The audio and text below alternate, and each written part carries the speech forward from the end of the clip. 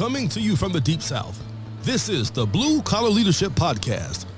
High-impact leadership is not reserved for leaders, and it has nothing to do with your position, title, or rank. However, it does have everything to do with your character. It's time to climb to the next level and beyond, personally and professionally. Now, let's start making it happen with your host, Mac Story.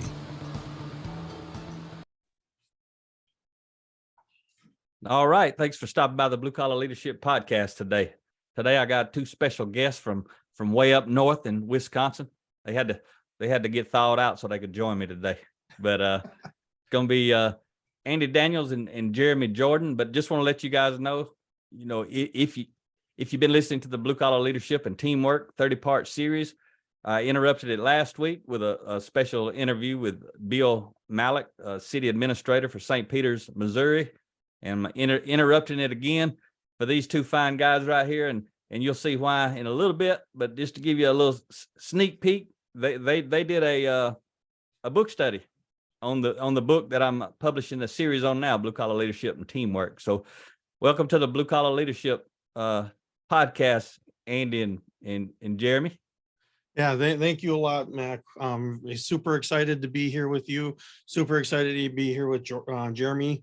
One of our great guys here for the East Troy Community School District up in Wisconsin, like you said, and you nailed it. We're not thought out yet. It's March, and we should have been thought out a while ago. There was a couple times we were, and then Mother Nature, went back on us and froze us up again. But again, I'm Andy Daniels. I was the director of buildings and grounds for the East Troy Community School District.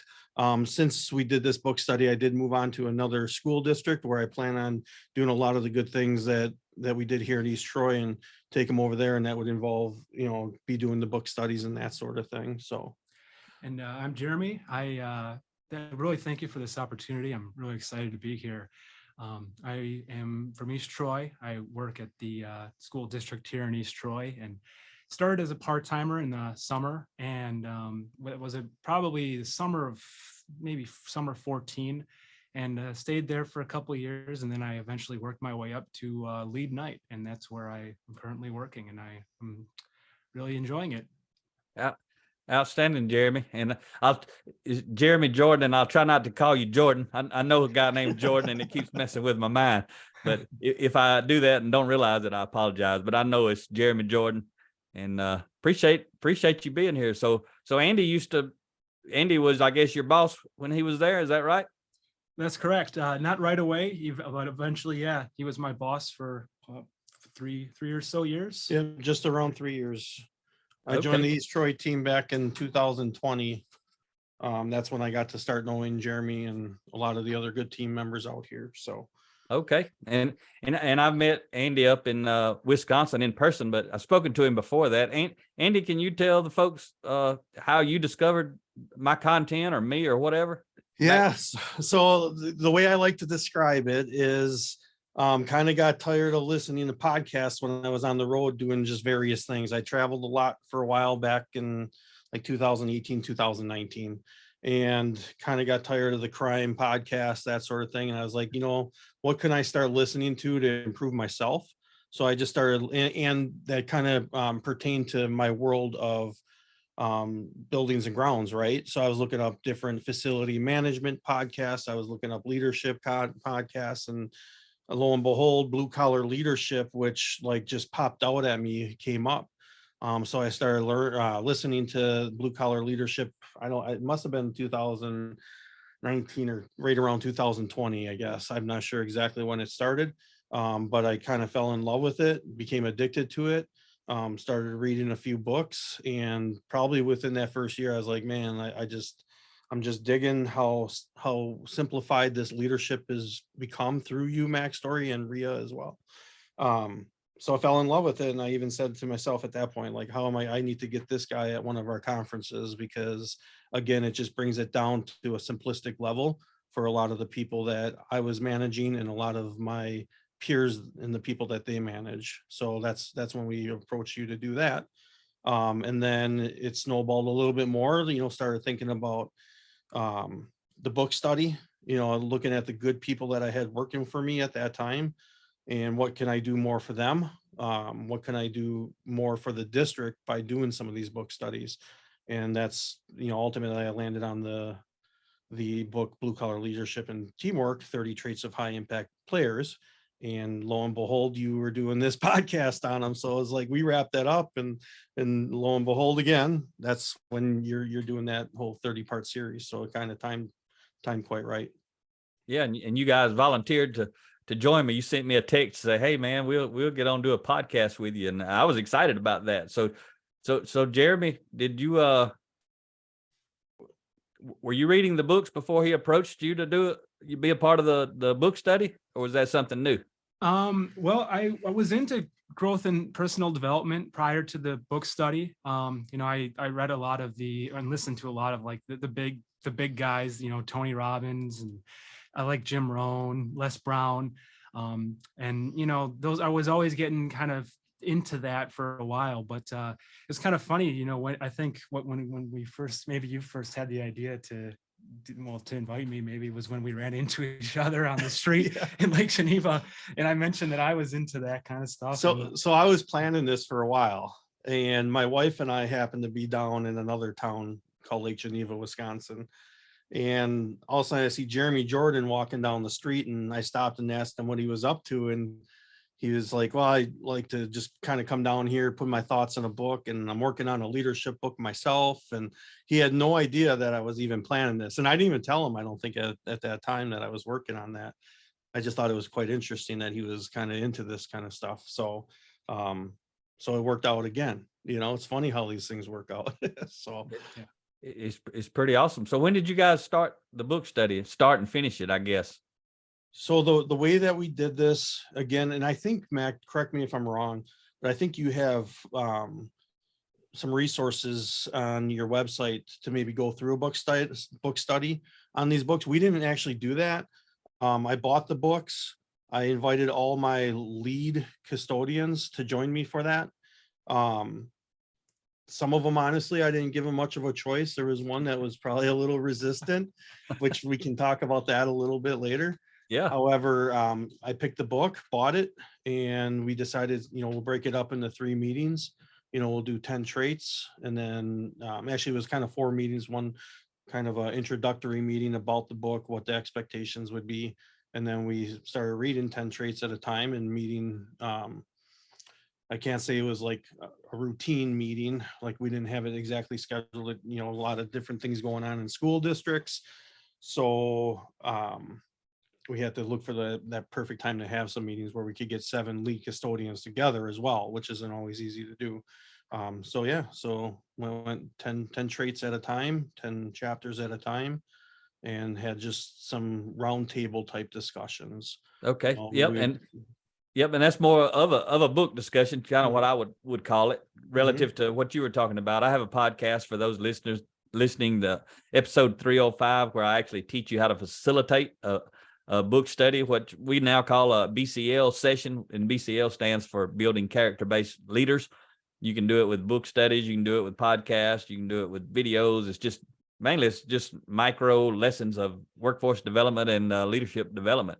So you guys kind of did a book study, but so you'd have some time between these meetings, and everybody kind of had the goal to read 10 chapters and be prepared to talk about it. Exactly. So Jeremy, when you guys showed up, what would happen? How long did y'all meet when you actually showed up and talked about it?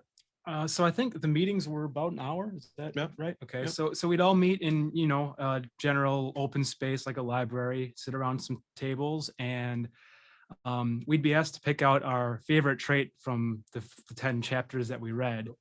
And from there, we'd go around, discussing the traits, and, everyone would kind of add to the discussion of the traits. And it was just a lot of interesting insights, because you get to hear a lot of different perspectives and some things that like you wouldn't necessarily think of while you're reading it, and, hearing other things. And so that was generally what it was, just each session was a different traits, and then the discussion kind of evolved from there, and it went off in different directions from there.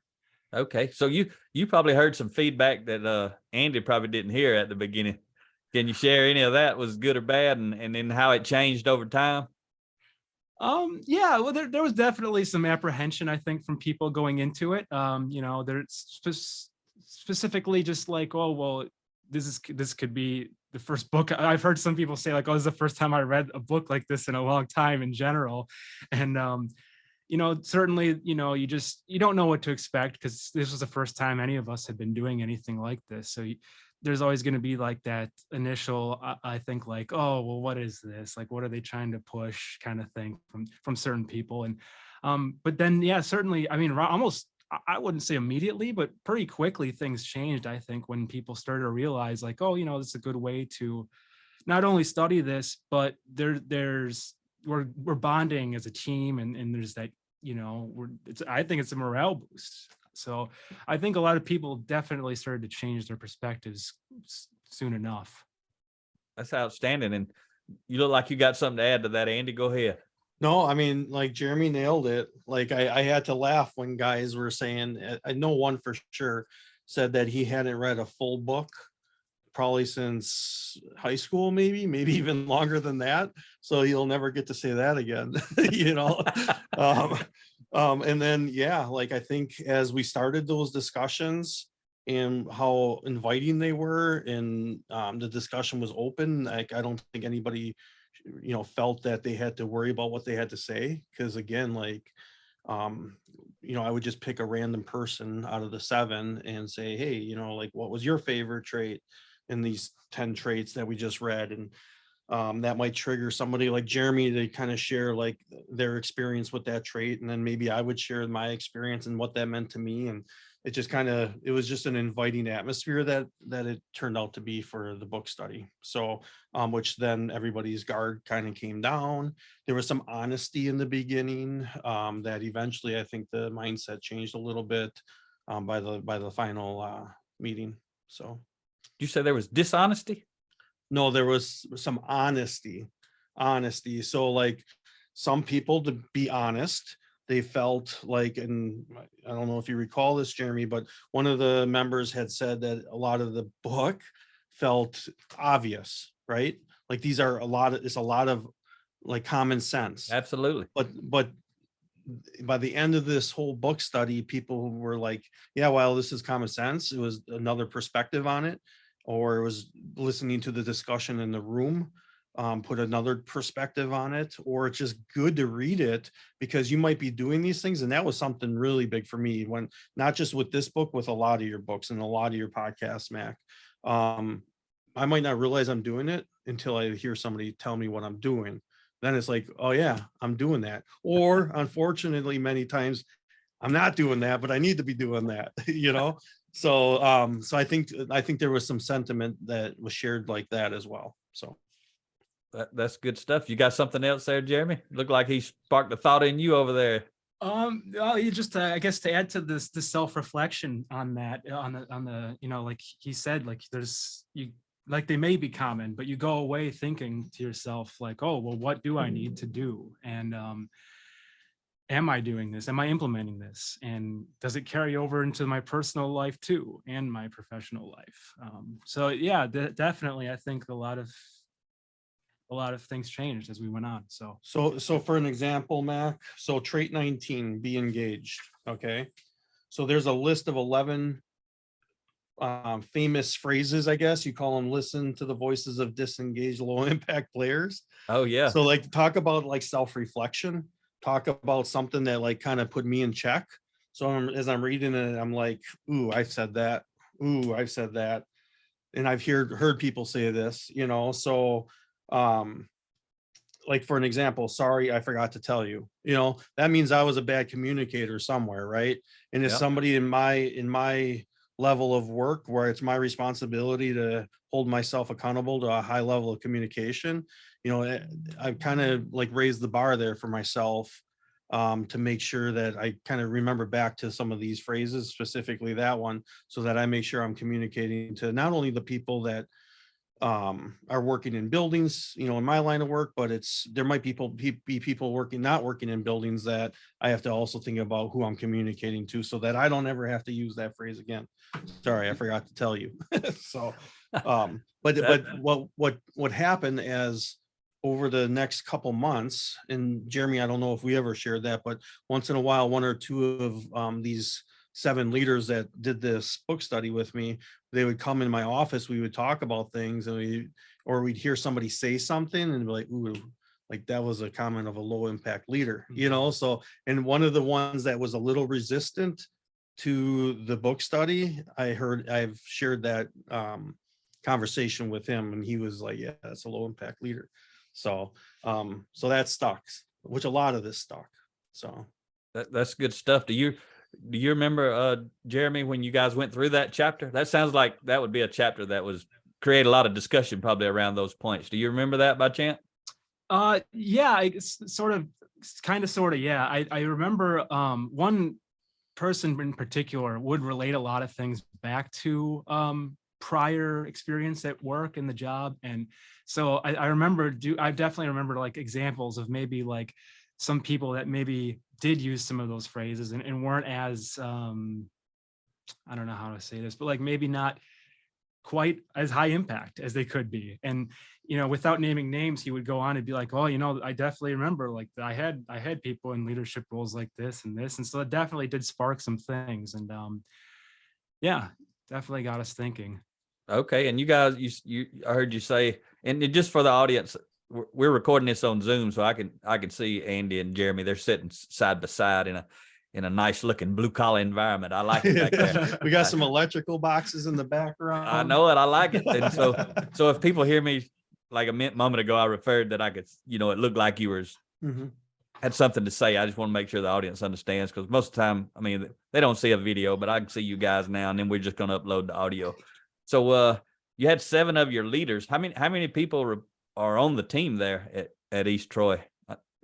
So I think it's about 22 in this department.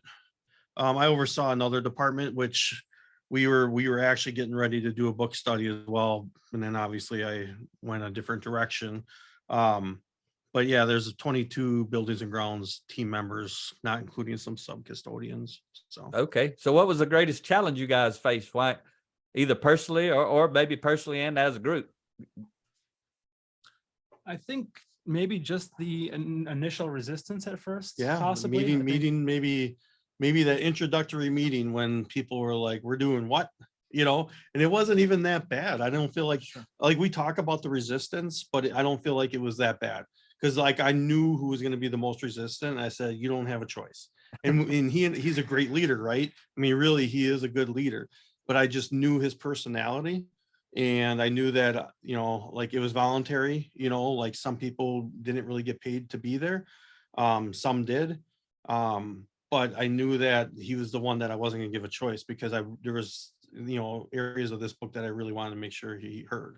So. And how was he afterward? Was he glad he participated, or he still was resistant, felt like he wasted his time? Which way did he go? I'm going to put it the best way that I could here. Okay. Because it totally comes full circle with your book. And that is trait number 20, be present.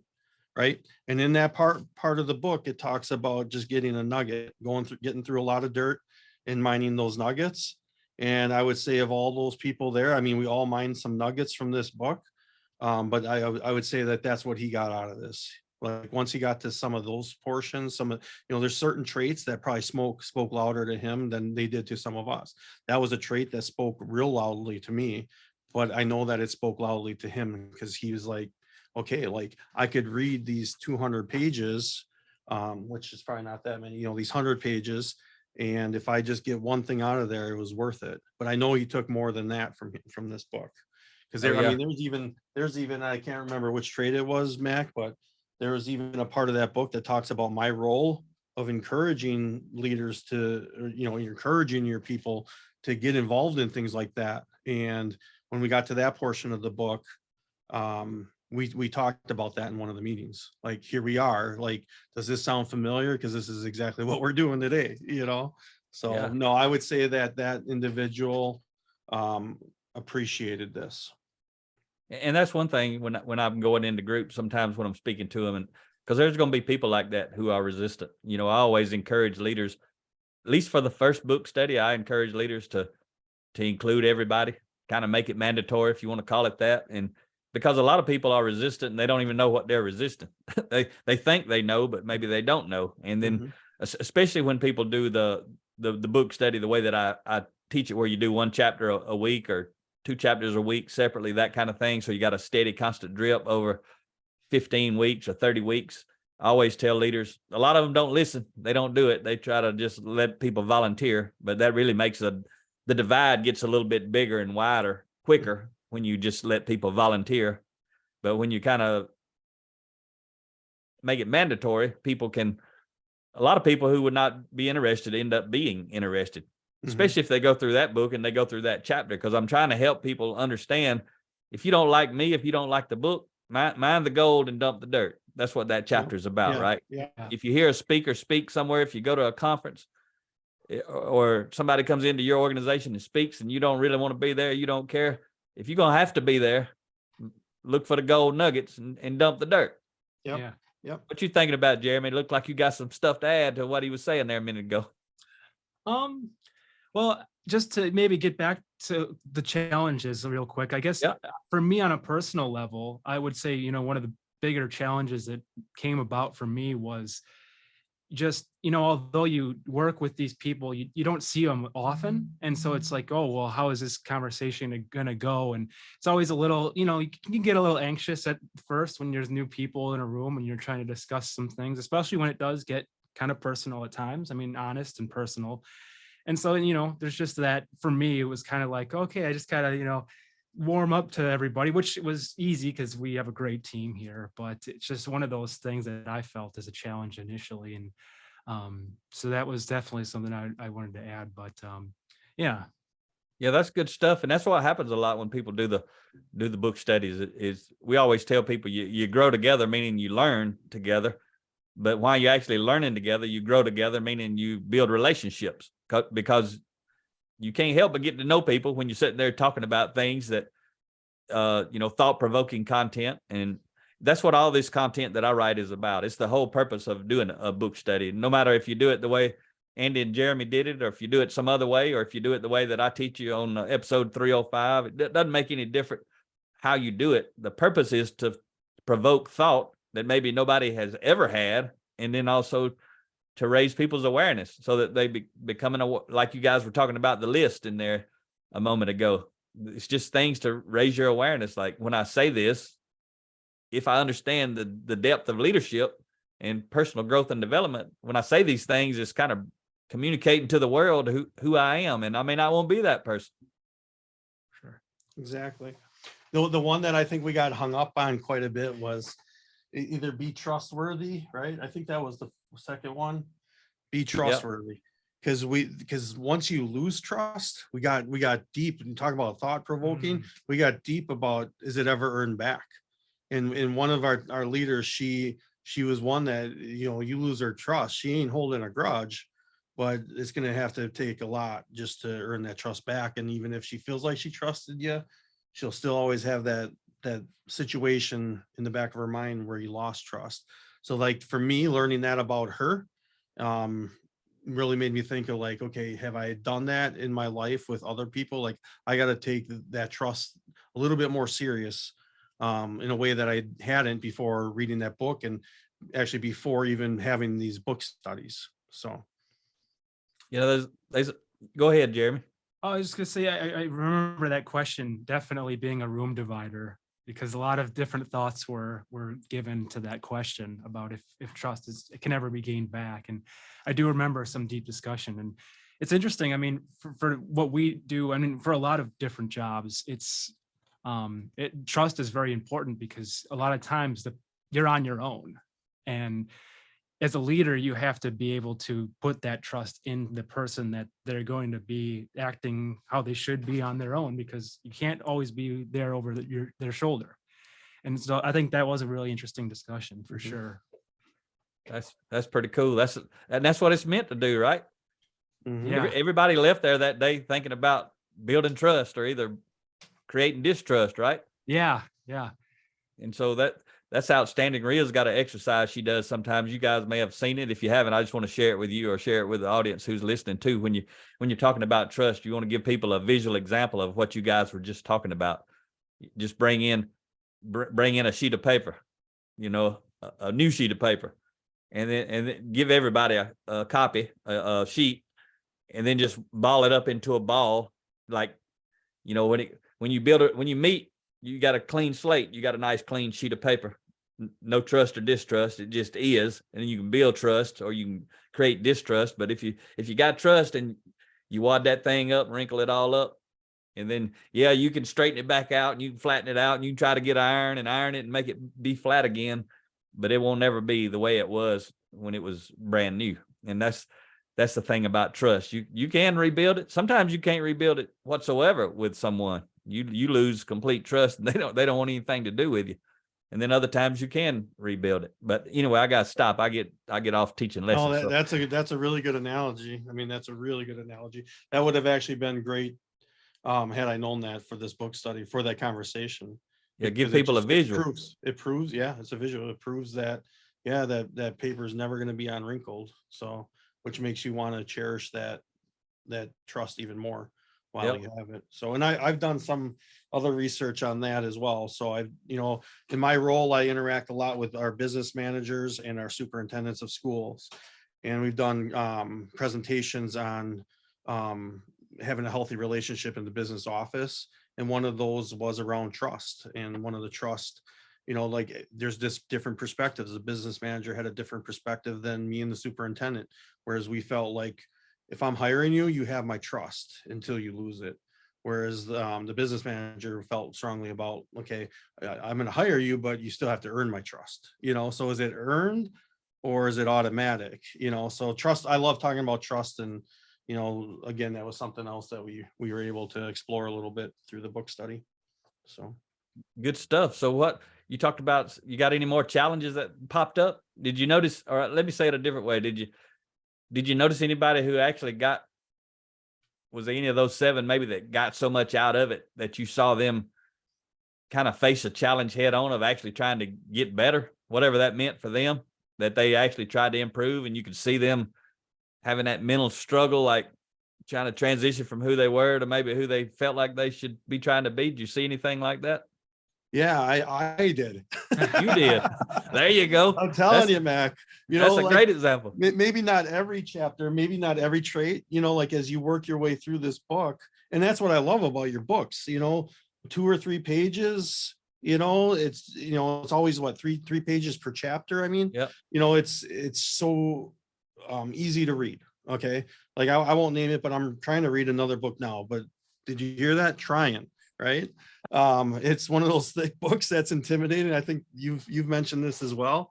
But like getting through your books, it's kind of refreshing because that a few minutes you can get through a chapter, and in a busy lifestyle where you have kids and work and hobbies, you could pick up the book, get a couple chapters knocked out and put it down and not feel like you don't remember where you left off. But anyway, back to the discussion, I guess, I bet you every other chapter, I'm making that up a little bit, but there half the chapters in here challenge me as a manager, as a leader, right? I'm not a manager, I'm a leader, right? But it challenges you, whether it's through self-reflection or did I do that? Am I doing that?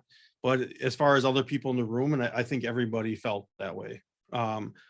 Some maybe more than others. It was interesting again because Jeremy was already doing a lot of leadership. Maybe he's probably done a lot more around leadership than I have, because he's really exploring a lot right now and reading a lot of different things. But it challenged me, and I know it challenged a lot of people in the room. And it was just, we had a pretty diverse group of people as far as age, and we had women there, we had young guys there, we had guys in their 50s, and I don't know if anybody was older than that, but it was diverse. So we're all at different points of our life, and I know that through the discussion, people were challenged, or people even maybe felt good because they're already doing some of these things. Outstanding. What you got to go with that, Jeremy? Yeah, I would definitely say, there was one individual in particular that I can think of that I think, maybe by the second or third session, the gears were definitely starting to turn. I think, I don't want to speak completely for him. I don't know exactly what he was thinking, but I know he recently took on a larger role. And I think, some of the stuff he mentioned made me think, this guy is really starting to think about what his role really is here and what it means to be in this position and like what he can do going forward. And so I think, he probably had some major takeaways, is like Andy said, like everyone, I'm sure everyone gained something from it, and definitely myself included. I for sure, thought of ways I could improve on the job and in personal life, and look inward and use these. So. Okay. So what do you guys think? I hear a lot of leaders all over the country. Rhea and I speak all over. We'll be tomorrow. We heading out to, we're recording this on March 13th. So March 15th, Wednesday, we'll be out in Fort Worth, Texas, speaking to, I think it's 68 pallet manufacturers, about 350 people or something like that from different manufacturing organizations. I think they're part of one big company, if I'm understanding it right. And if we get to know them, we may hear the same thing out there. But a lot of people say blue collar people, they just don't want to read books. And a lot of them don't read books, and a lot of them haven't read books. But actually, when they get introduced to books, I see people all over this country, blue collar folks, reading books. So what would you say after people got into it? Like you said, the one guy said he hadn't read a book in like forever, since high school or something. And that's the norm. Also for college, when people graduate college, a lot of times, I forget the numbers, it seems like 30 or 40% of people never even read another book after high school or college. So was there a lot of complaining all the way throughout the book study, people because they had to go home and read, or they didn't want to read, or they just told you, Andy, as the boss, hey, I ain't doing this, boss, I ain't reading these books? No, because I mean, everybody except for one individual was open to it. Okay. And even that one individual really, like, I would say that other than the initial discussion where I said, I need you to do this, I want you to do this, I'm not giving you a choice. He and I have a really good relationship. You just got to talk with him differently. And you're met with sarcasm, which I enjoy. So like, I'm good with sarcasm. I can give it back just as much as it's given to me. So I would say that while we talked about that individual, I never felt like that person was like going home and being like, oh, I got to read a book, and honestly, if I hindsight 2020, if I could do it again, I probably would have broken it down to 5 traits at a time and met a little bit more often if we were able to do that. Because again, the most important piece to me that I got out of that last meeting was when one or two individuals, or at least one individual, was first to say, and it was backed up by all the other team members, was this was really good to get together. And yeah, we could have done that. We could have just said, everybody meet at this building at 5 o'clock, and we could have done a roundtable discussion about just nothing, right? But we found a way to do that by, building on our teamwork and building on our team, I should say. Yeah, you made it meaningful, instead of just a meaningless chat. Yeah, you still had a good chat, but it was meaningful. Yeah.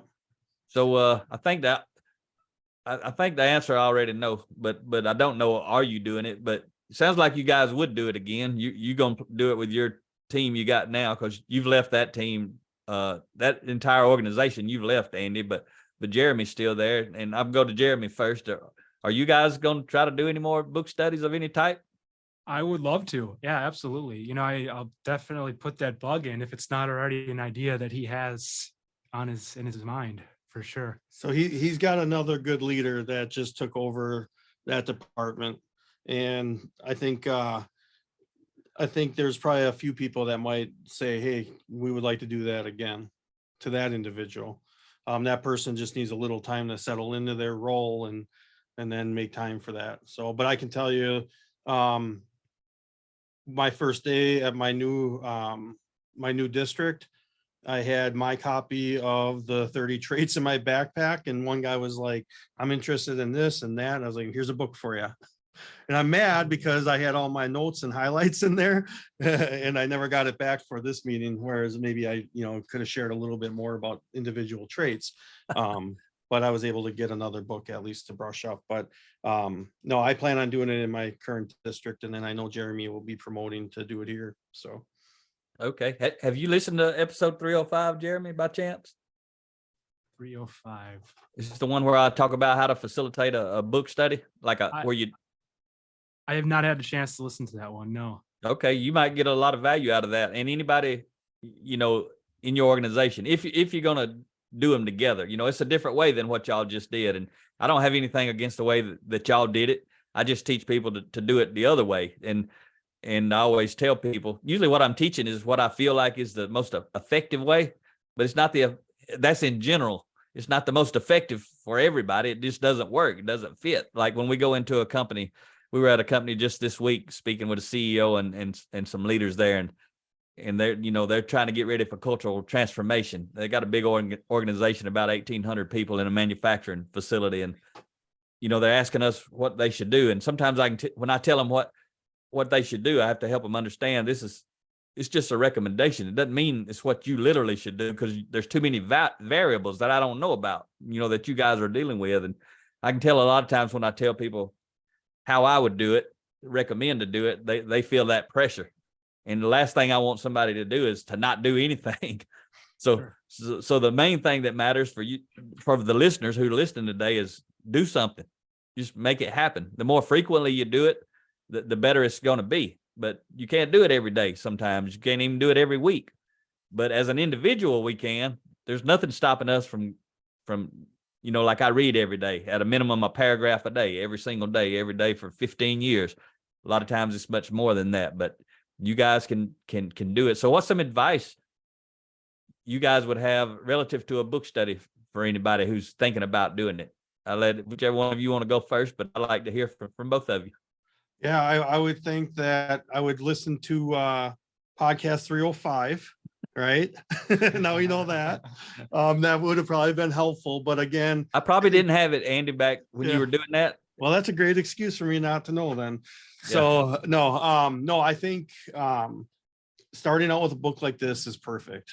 And I know that, like, if I do it again, I might do this book all over again in my new district, and then move on to something else, depending upon what I feel the department needs. Maybe they need more around culture. Maybe they need more leadership. Maybe they need more motivation, more teamwork. So the book will kind of pick itself through probably that first book study. Again, hindsight 2020, I would have probably broken it down to 5 traits at a time and met a little bit more often. But I think just have fun with it. Otherwise, we had a good time. We started out until everybody got there. How's everybody doing? What do you need, in your department?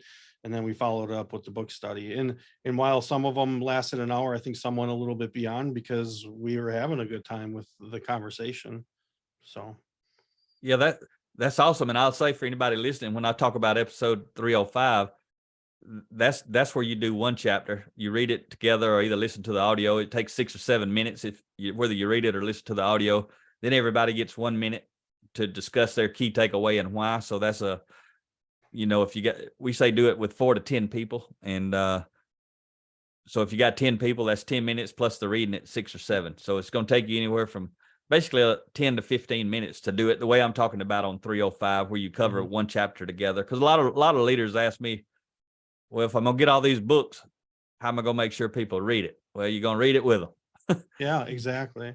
That's how you make sure, if you can't get folks to do it. But I'm also episode 305 is really for leaders getting it out all the way to the frontline entry level workforce, to get them involved. But anyway, go ahead, Jeremy. Sure. So I would also say I agree with, chunking it down. I think more discussions more often, and I think would help with retaining some of the information. Yeah. And then I would also say, be open-minded, which happens to be one of the traits. Be open-minded to what you're about to experience, because a lot of times it's easy to judge something before you get into it, but just be open and ready for the discussion, and don't be afraid to share, because I think, you're in a judgment-free zone with people that care about your well-being and want you to grow, and hopefully you want the same for them. And so that would be my advice for anyone that wants to do this. Yeah, and honestly, like, if I do this again in my current district, I'm probably going to just do the introductory to the book, but start like previewing just that trait number 20, where it talks about mining those nuggets and get rid of everything else. You say it so I can never quote you. But I would start with that, because that really sets the pace. Like, you are going to read through 30 traits and you're going to find a lot of nuggets in there, and the rest, whatever, do what you want with, which everybody's going to love Blue Collar Bob. I don't know how anybody doesn't love Blue Collar Bob. But they'll enjoy that as well. But I think it's just important for them to understand, like, up front, that you're going to get something from this book. All I want you to do is get one, but I guarantee you get a lot more than that. So Yeah, Blue Collar Bob. I'm thinking about one day I'll write a book about him. Probably he will probably have grown and started his own company and hired a consultant and tried to lead a cultural transformation, and then he'll lose some people and he'll develop some people, and his best folks are going to leave and they're going to go somewhere else, and he's going to be proud of them. And, that's probably what's going to happen. I'm going to develop Blue Collar Bob into that guy. But for the folks who haven't read that book, that's Blue Collar Bob, just a fictional character I created that I sprinkle him throughout the book to help people see how someone just through quotes and can provoke thought and raise awareness can actually start to change someone's mindset. And I like writing about Bob because I can make up whatever I want to say. I don't have to remember anything.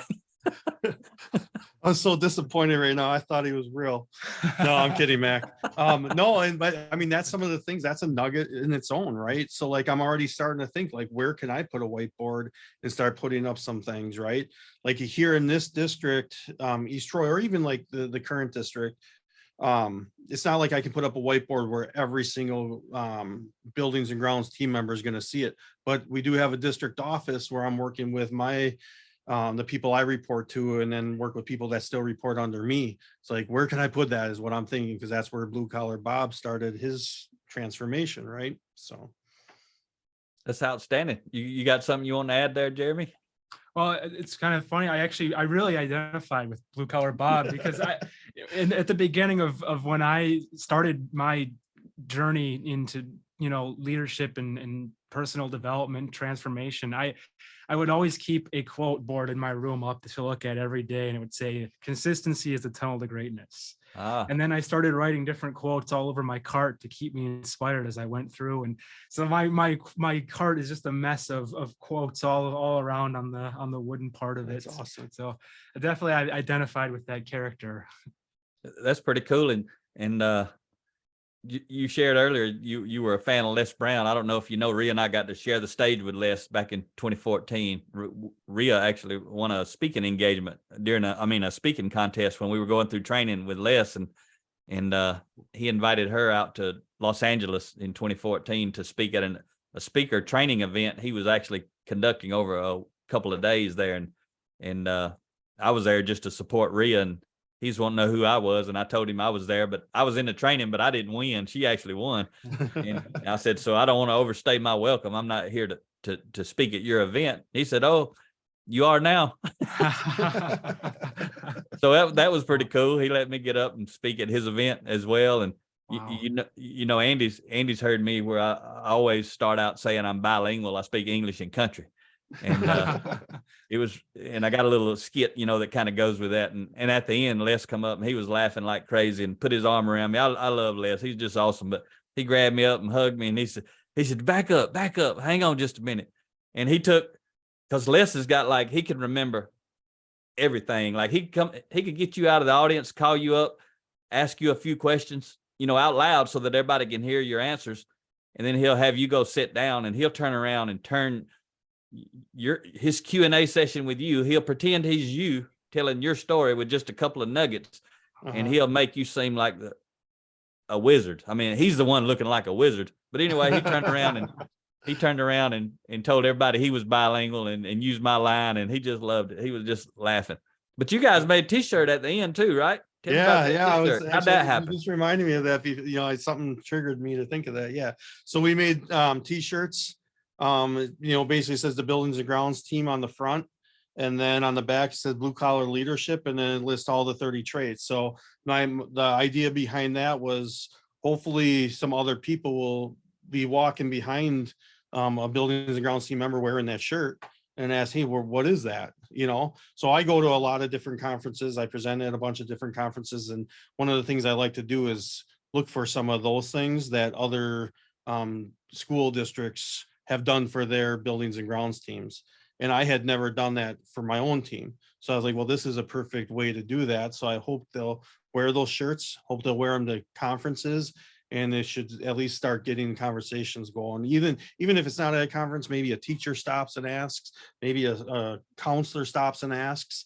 That's the whole idea behind that. So That's pretty cool. So for the audience, if you haven't read that book, all the chapters start with the word be. The whole book is like how to be a high impact team player. So, the first one is be growth oriented, and sound like it should have been, what was chapter 20? I forgot. Be engaged. Present. Be present. Be present. Be present. Sound like it should have been be present. Should have been the first chapter. I could improve it if I had to do it again. See, that's what the voice of the customer will do for you when you listen to the customer. But all those chapters are, they're short. They're BE, one word, and then one word to go with it. So I appreciate you guys being here. We still got about 15 minutes though. And I just want to tell my audience right quick who's listening, one of the things we do for 2023, anybody who orders 300 books, or excuse me, anybody who wants us to speak, we speak up to 2 hours anywhere in the United States. We pay all of our expenses to show up. You get 300 books, which is $5,400. It's actually the cost of the books, but we reduce our speaking fee down to $5,400 and give you the 300 books. And you can get 300 of one title, or you can get, we got 34 books.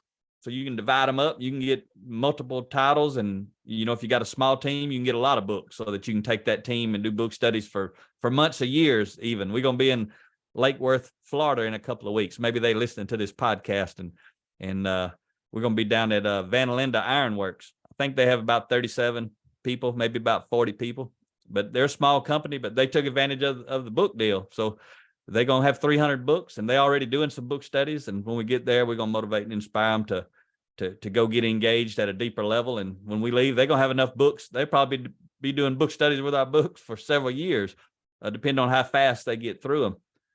So you guys just want to have any kind of conversation? We got about 10, 15 minutes about anything to do with leadership. I would just say this. So for school facility world, it's often that we get kind of set in our ways when it comes to training, right? So we could provide all the training we want on buildings and grounds equipment. I've done trainings on our building automation systems that operates our HVAC systems. We've done trainings on filtration, that pertains to our HVAC system, but often stuff like this is overlooked. And I think a lot of school districts, especially in the times of this, a lot of times right now, school facilities are underfunded.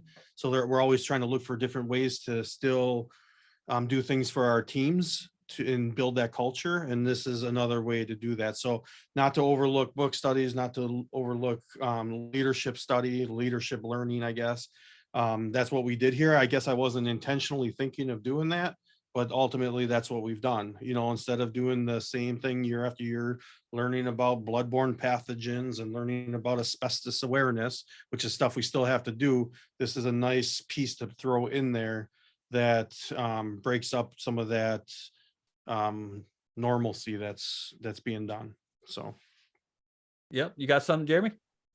I'll just say, one thing I really appreciated about the book in general and the book study was it creates a bit of momentum going forward, and like you want to continue this and you want to look up. I know, at least for me personally, it was like I want to seek out more of these. I definitely sought out. So I listened to one of your other books right away. I started listening to some of the podcast, and it's just, and then you want to discuss it further even after the meeting's over. You want to talk to the colleagues and be like, hey, what else did you get from this? And so it's a really interesting thing. And I think also it's just nice to keep reviewing what you did before, and then you can kind of keep going down that mental checklist. And I think that's a big part of growth, is like you have a lot of different books and audios and all these different topics that can cover a wide range of things, but they all sort of overlap. And even the traits, I know at certain points you mentioned like one trait can overlap another, and they all sort of start to overlap. And then they build on each other. And so it's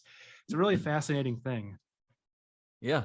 Outstanding. So for either one of you guys, but specifically for you, Jeremy, since you just mentioned it, but I got a client, he's a vice president if you've listened to my podcast, you may have heard him on an interview before, but he's the vice president of electrical construction of Kilgore Industries out in Houston, Texas is the headquarters. He actually lives in Dallas, but he does a a volunteer thing for his folks on first Saturday of each month, 9 to 10:30 a.m. Central Time. He actually goes through about 3 chapters. He'll play the audio. He'll have up to like 100 people. He lets people from the outside join in. So for you and for my audience that's listening, my email is mack, M-A-C-K, at mackstory, MACKSTORY.com. You can email me. I'll forward your email to Jason if you were to want to join. He loves for people from other organizations to get on and participate. And they're actually going right now, Jeremy, through the book that you said, the other book, the 10 Foundational Elements of Intentional Transformation, How to Become Your Best Self. I think they'll probably be starting on chapter 7 next time. So they'll be doing 7, 8, and 9. Everybody on his team actually has a book. He does this.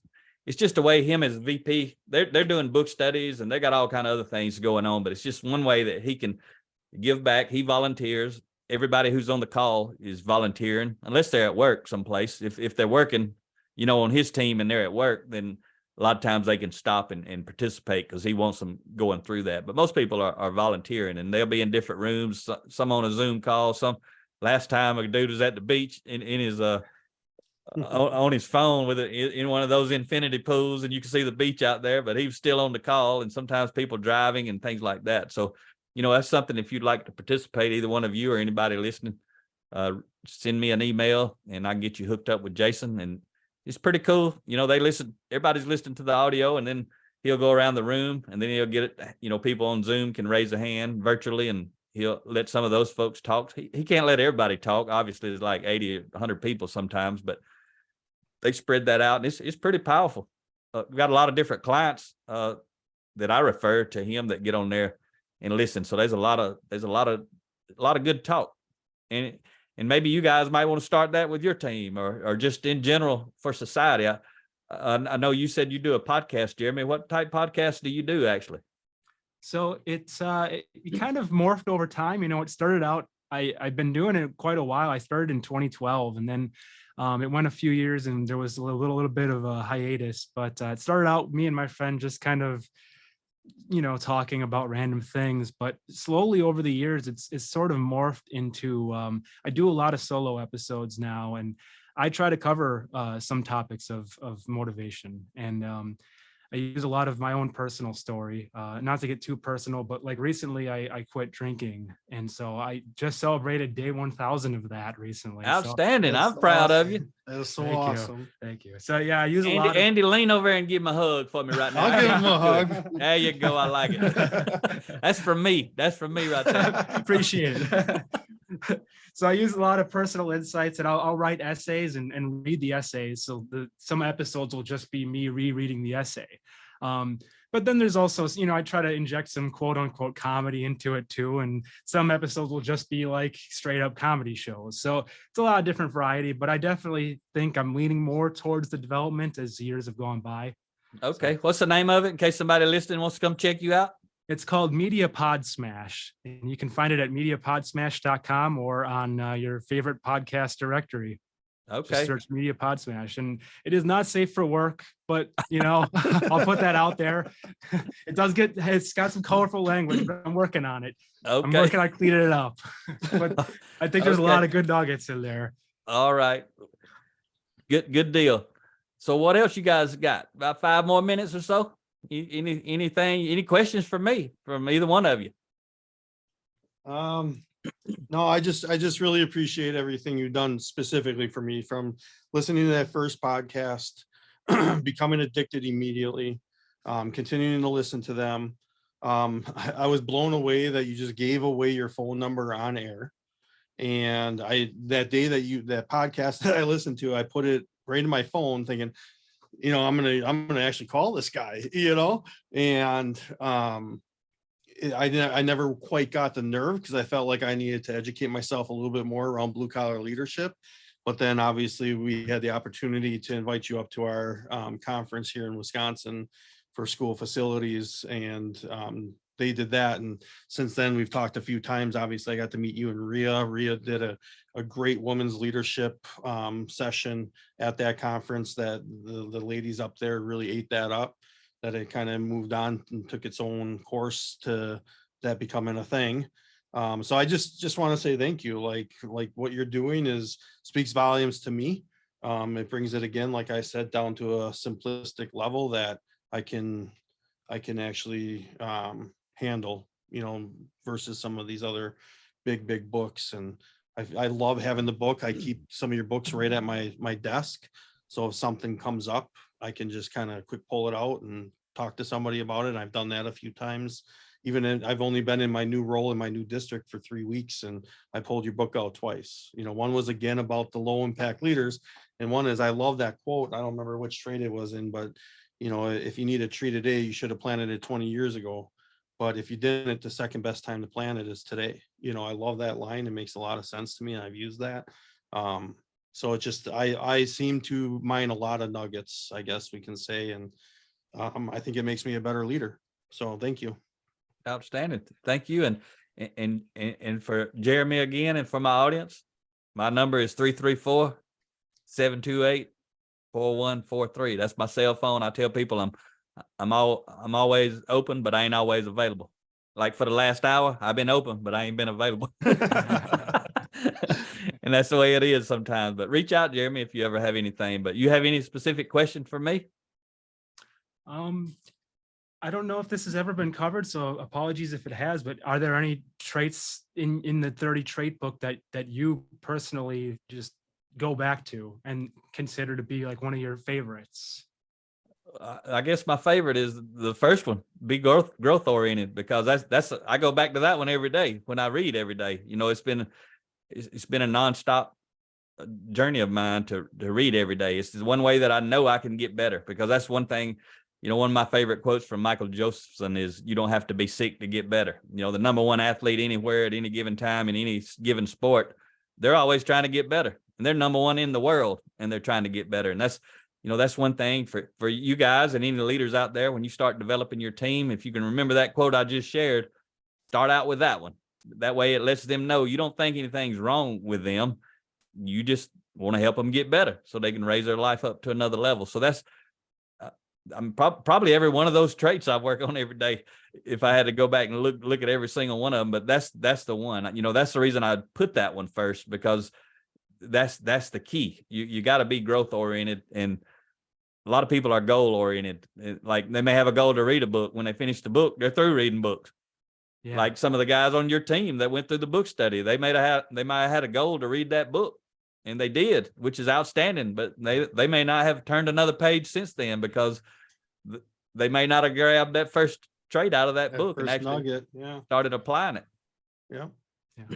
And there's the most important trait, though, I've learned in my life was being responsible, hitting the pause button between stimulus and response. We had a freedom to pause and choose our response, and overcoming my anger, my short temper, and that sort of stuff. And I quit drinking alcohol in 2012. I don't know if you reading the book, so a little of that story. But I tell people, I don't judge people. If people want to drink alcohol, that's fine with me. They can do what they want, but I don't hold nothing against them. I quit drinking sodas and Cokes and that sort of thing in 2018, and I don't care who drinks a soda or Coke either. They can have them. I drink water. Not looking down on people, just trying to help people get better, and really try to be a model for other people. If you're going to teach this type of stuff, you got to live it. I mean, I know you said that it's not safe for work, your podcast, but I quit using profanity the same year I quit drinking alcohol. I don't care if other people do, but I don't. But I'm in this business. I'm in a character development business. So the way I see it, I got to do my best to try to model a high degree of character, even though I like drinking and I like partying and I like acting an idiot and I like yelling and screaming and cussing. I don't do it anymore.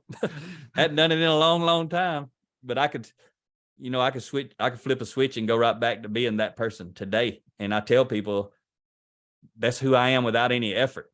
It takes a lot of effort to be the guy that I am today. It takes effort every single day. It's not, none of that's automatic for me. I have to choose to be that guy. Some people, maybe they're born better than others, I don't know, but it takes me a lot of work to try to be a good person. Mhm. But I'm passionate about it. It makes me feel good when I know I'm helping other people like you two. It's to get to see you today and get to talk with you and hear you guys sharing stories because I always tell people it ain't about me, but it started with me. What's, the good that you guys got out of my stuff, it ain't about me, it's about you. But it had to start with me or I would never written that book. And I had to become a person that I am so that you'll read the book. And one thing I don't want to do is I've always heard you don't ever want to meet your heroes. And so when you're in the character development business, I got to try to have a high degree of character because when people meet me, they expecting a high degree of character. That's what I want people to see when they meet me. I don't want them to see, well, he writes about this, but that ain't who he really is.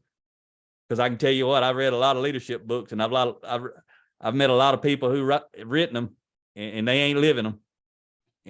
And when I got into this business, I told my son back in 2012 that the degree that I live, what I teach is going to be my greatest competitive advantage. and I've took that to heart because I think I was behind the 8 ball because I had been an idiot for so long. And, I was older when I discovered this stuff. So it's like I got the way that I can accelerate my personal journey is I got to work hard at being really, really good and have a high degree of character. But all that's still relevant. It's just, what do we value? Yeah. Sounds like trait 25 to me. And this is something you're doing for me, but that's being inspirational. And not till I read that did I really recognize the difference between motivational and inspirational. And it's obviously defined in trait 25, but honestly, that's what you've done for me, being inspirational. So thank you. Well, thank you. Makes me feel good. I like it. Yeah. So you guys got anything else? Or if not, I'm going to wrap it up. Nothing more from me. I just thank you for this opportunity. I think it's been a really great time today. Yep. It's outstanding. And we thank Rhea as well. We know she's in the background. Yeah, yeah, Rhea's not talking today, but she's with us in the background making it happen. And you guys, thank you for volunteering. You reached out to me and said, hey, we'd love to talk about it. And it's right in the middle of the episode release that I'm doing on my podcast. So it's powerful. And folks like you help me to inspire other people to go do this. People who maybe would never do it if they didn't hear you. They may have been listening to my podcast and listen to all 300 episodes, but it may be your episode and your voice that inspires other people. So thank you guys very much. And for everyone out there listening, we're going to wrap up today's episode. And hopefully next week, I'll be back to doing blue collar leadership and teamwork. I don't think I'm going to have any more interruption at this moment, but I do have to tell people I'm going to be interviewing Rhea pretty soon. And for you guys, Andy and Jeremy, if you don't know about Rhea's new book, The Ladder of Influence, you need to dive into that book. That book right there is serious business. I'm talking about, so it's some good stuff. So I got to get her on and do an interview with her. So there's going to be at least one more interruption before I finish Blue Collar Leadership and Teamwork series. So I hope you guys enjoyed today's podcast. Talk to you next time.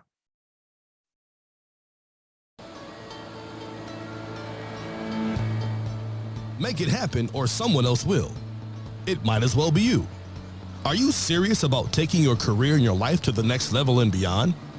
Check out Mac Story's Blue Collar Leadership series books and others, now available on audio, along with paperback and ebooks at Amazon, iTunes, and Audible. Please visit bluecollarleadership.com to learn about Mac's books, programs, special offers, certifications, and more. Thank you for listening to the Blue Collar Leadership Podcast.